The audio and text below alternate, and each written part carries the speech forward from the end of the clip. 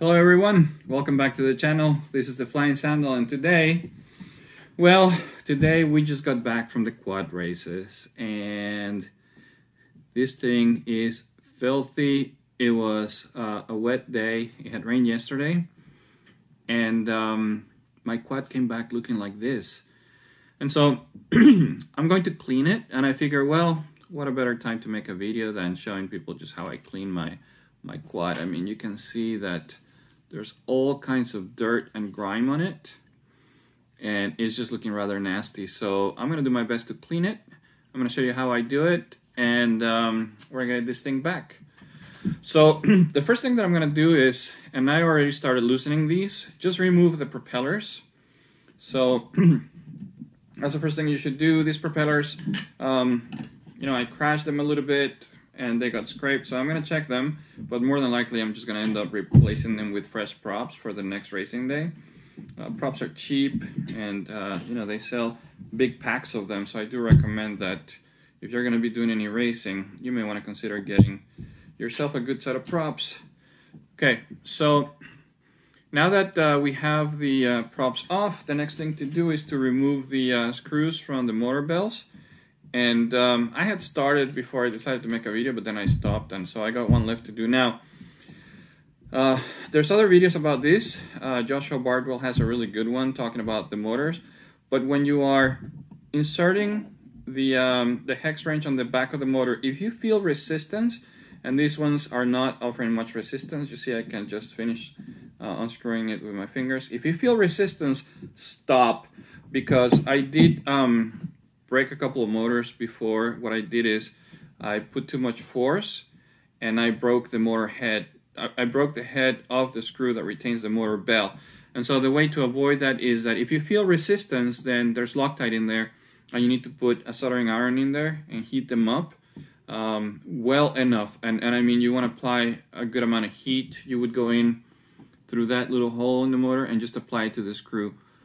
So watch his video. He explains that in a good amount of detail. For me, I'm just going to quickly show you what I'm doing. So the one thing that you do have to pay attention to is that there may be a bushing held in by the screw. In my case, there's no bushing held in by the screw, but I tried pulling one of the motor bells off, and this is actually what prompted me to make a video, is that when I actually pull the motor bell, there's like a green washer in there. Let me see if I can make the camera focus on it. There's like this green washer, and also there's this little metal ring. Let me see if I can show it on the camera. It's hard to show it because it's gonna fall from my hand, but there's like this little metal ring. That's the bushing, and this one was on the motor bell, on the motor shaft like that. And so I'm putting it back on right now just to show you, but now it's in there. And so you want to make sure that you're careful with any of those bushings. So what I'm going to do is I'm just going to carefully lay it here on my table. So let me show you that. So here is the base of the motor. There's the bell, and there's that little bushing that I'm telling you about. So this one came out of here. Whoa. Right there, okay? So you want to be careful. So there were none here on the screws, or, you know, in between the screws and the motors, but there was one in there. So what I'm doing is I'm going to try to keep an order. So I'm starting with the back left motor. I'm starting with the left back motor, and what I'm going to do is I'm going to go clockwise. And what I'm going to try to do is keep them in order, both the motor bell and that little washer. Now, in theory, maybe you shouldn't need to do that because they would be the same from the factory, and these are fairly new motors, but I'm doing it just because they may wear differently or what have you. So I've gone ahead and removed all 4 screws from the motors. And so what you want to do is you want to get a good grip on that motor and pull it gently, and then I'm going to look for that little washer. Make sure I didn't lose it. Let me see. So I'm looking through the camera lens, but there it is. Okay, so that's the second one. And that's my second bell. So actually I'm going to move them this way so I can fit more. Okay, so I'm keeping track of them. All right, let me remove the rest. All right, so I've gone ahead and removed all 4 bells from the motors. And these things are caked. Honestly, there were some mud pits, and this thing landed in a couple of them, more than once. And so I got so much mud that I'm thinking I may have to rinse these out. I know that those are bearings and there may be grease in them. I do have a toothbrush, but I was testing to see if that's going to come off with the toothbrush, and some of it might, but it's really not coming off very well. Well, maybe not too bad, maybe not the worst. Let's see, let's keep going with the toothbrush a little bit.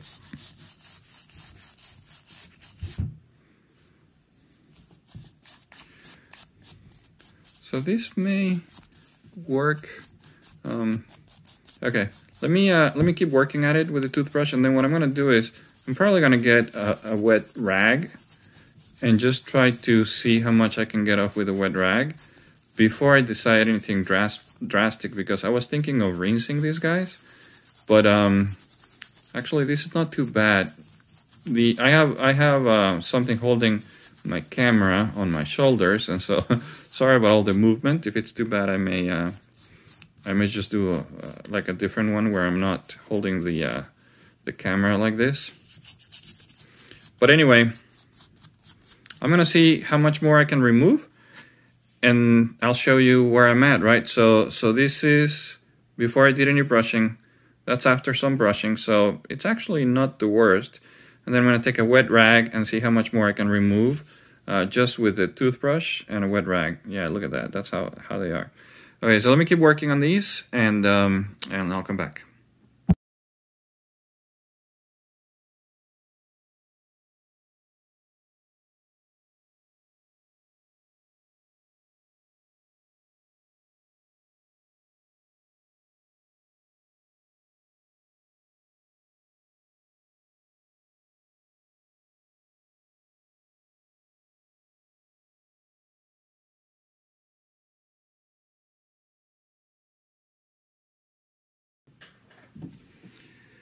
Okay, so a good amount of the loose dirt came off with the toothbrush.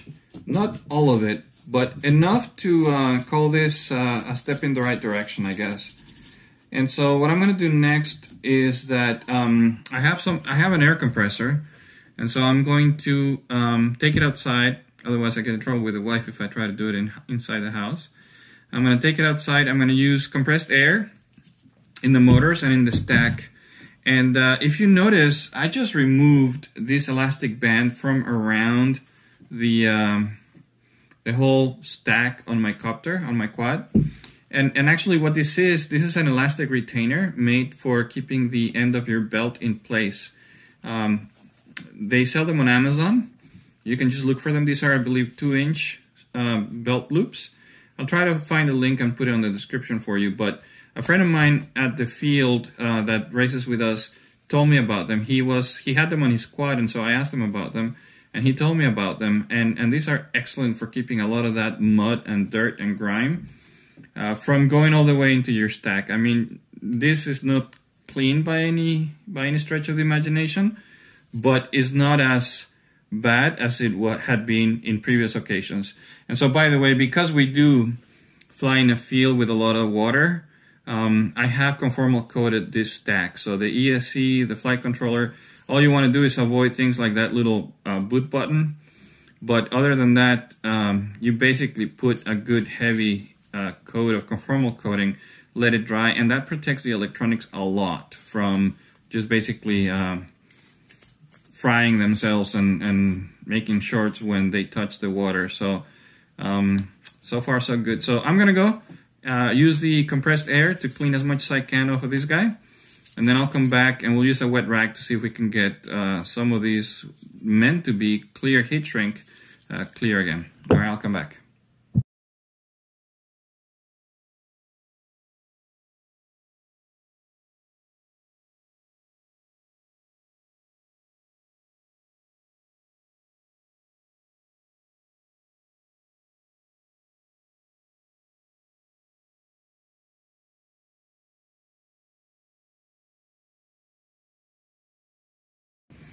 Okay, so I was just trying to show in the video there that, you know, they're not perfect, but they did clean up a good bit. And the next thing I'm going to do is I'm going to take a wet rag and go over them with a wet rag and go over the whole quad with a wet rag. Okay, so let me go get that. Okay, so I just went and got this same microfiber I've been working with, and I just got it wet and I'm using it now to clean the bells. And the goal here is obviously not to keep these super clean, but just to avoid excessive dust and dirt and grime that would wear out the motors prematurely. I mean, yeah, for it to look nice, but it's a quad that gets flown out in the field on a regular basis, so I know that it's not gonna stay super clean, super nice for very long. But at least between now and the next time that we race, it'll be okay. All right, so I'm gonna go ahead and finish cleaning these.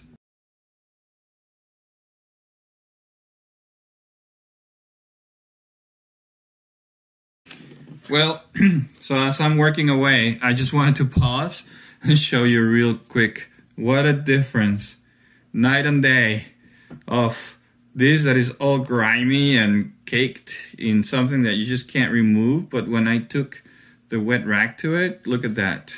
I'm just gonna do one because it's actually super satisfying. I typically cringe when I hear people say that in videos, but honestly, this is the type of thing that it feels good to clean. Look at that, huh? It goes from this to that, and it's nice and bright and shiny again. So I may not need to do much more than just this, which is always better, you know, not to go crazy with cleaning electronic components. If they work, then there's no need to go crazy. I was originally thinking that I might have to dip this in water. I mean, the motors have this enamel coated coil, so I know that would probably not have a big issue with water, but still I think this is a much better way of doing it, so I'm glad I didn't go for the water after all. Now this is just the TPU fin. I don't really care too much about that being very clean. It's the first thing that gets in the dirt and in the mud anyway, but hey, might as well just give it a bit of a wipe down with the rag and just get, you know, the worst stuff of it. But like I said, this is meant to be an actual flying quad. It's not something that, you know, I don't hang it on the wall just for decoration. I take it out, I fly it, I enjoy it, I have fun with my friends, and well, to me that's what it's about. So I'm just gonna get what I can, but I'm not gonna worry too much about getting everything out of there. The main reason being that I'm just trying to prevent the excessive wear on the motors. That is my main goal. And of course to keep things neat enough so that they work and function properly. Beyond that, you know, it's not that I want to keep my quad looking always nice and beautiful, because I know it's just about impossible.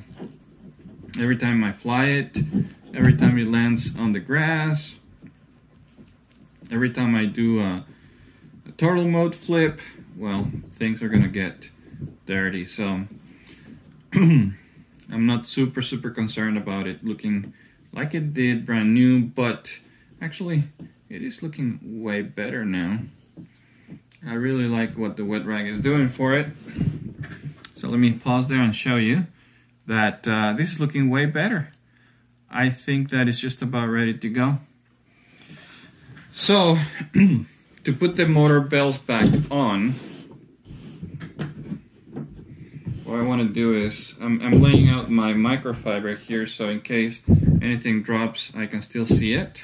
So, I'm just going to take them in the same order.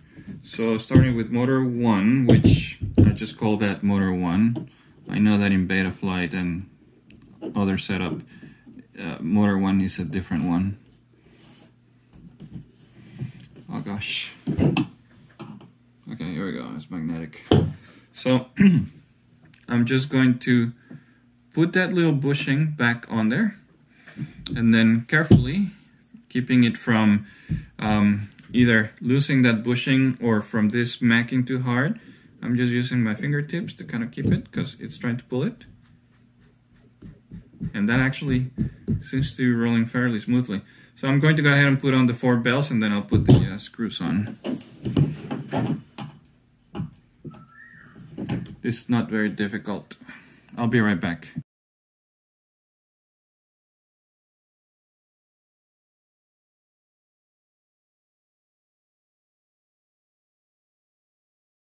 Okay, so before I put on the motor bell screws, I just want to make sure that these are spinning well, that I can hear the bearings, but I don't hear any more of the dirt and the mud grinding away. So those to me sound good. So now I'm going to go ahead and put on the motor screws. And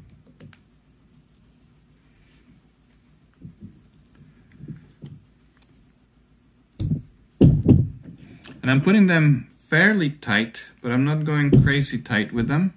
Let's see. Yep. There's still some Loctite in there, and I don't want to add any more right now. I'm just snugging them nice, not going gorilla crazy tight, but just well snug on there.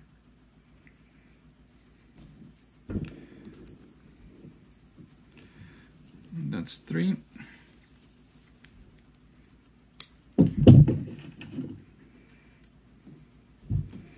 And 4.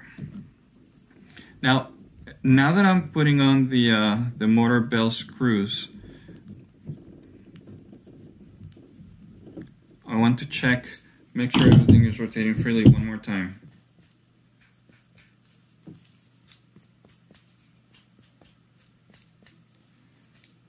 So that one sounds like I can hear the bearings a little more.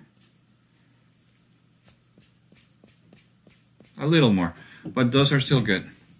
All right, so now the next thing I'm going to do is, without putting on the props, I'm going to arm the quad and make sure that everything's spinning freely. So let me go get my radio. I'll be right back. Okay, here we go. So I'm gonna try this battery.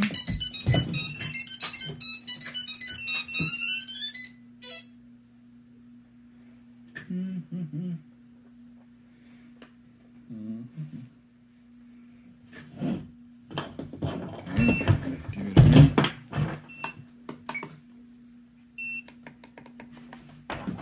Try one more time.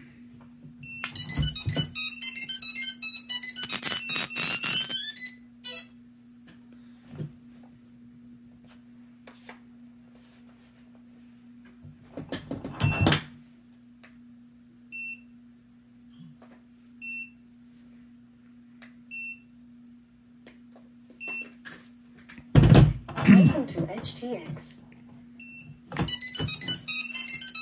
There we go. I don't know why, but I wasn't getting a signal of the quad binding to my radio. But anyway, I just restarted things and here we go. So the next thing I want to do is just arm it. Okay, that sounds nice and smooth.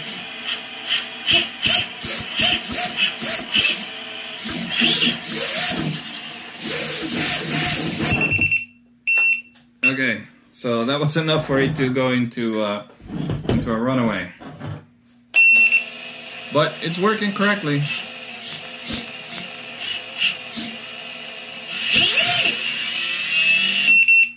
There we go. So that to me sounds good, and I think that completes the job. Telemetry lost.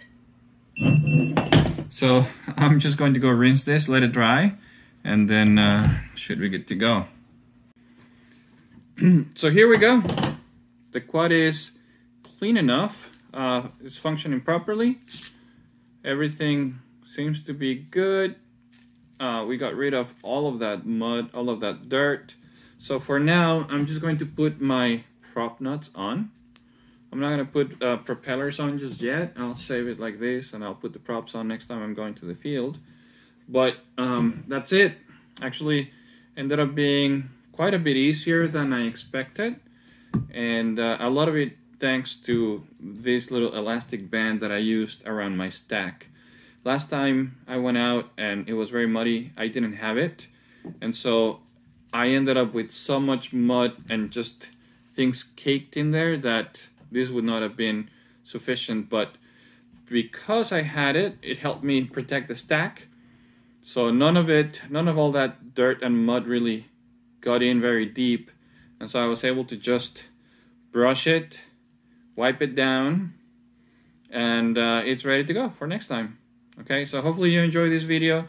I don't know if that was news to you, or maybe, you know, if you made it this far in the video, I'm hoping that at least you enjoyed the content and, you know, the cleaning process of this quad, and maybe gave you some ideas as well. Let me know if you think I could have done something different or something better. I think this is perfectly acceptable to go back out on the field. I don't expect this quad to look like it did brand new, but clean enough to go fly is good with everything in proper working order. All right, so let me know what you think. Give me a thumbs up. Please like the video. Share it if you think somebody else could use some tips on how to clean their quad, how to bring it back to, you know, this respectable cleanliness after a good day at the field. And do get out there, you know. We have some friends who weren't sure that they wanted to do racing, but they tried it anyway, and now we're enjoying it. Later on, maybe in another video, I'll share some of the quick tips that I've learned. And there's something that I did today that helped me fly my quad a lot better. So stay tuned for the next video. Subscribe if you want to hear that one. I have a friend who is a really, well, at least in my mind, a very high-level racer. And he gave me some tips for how to tune my quad. And honestly, I followed his advice. And within a few minutes, this quad was flying a lot better. So I'm going to give you those quick pro tuning tips in a future video. So please stay tuned, subscribe, and keep watching. Thank you.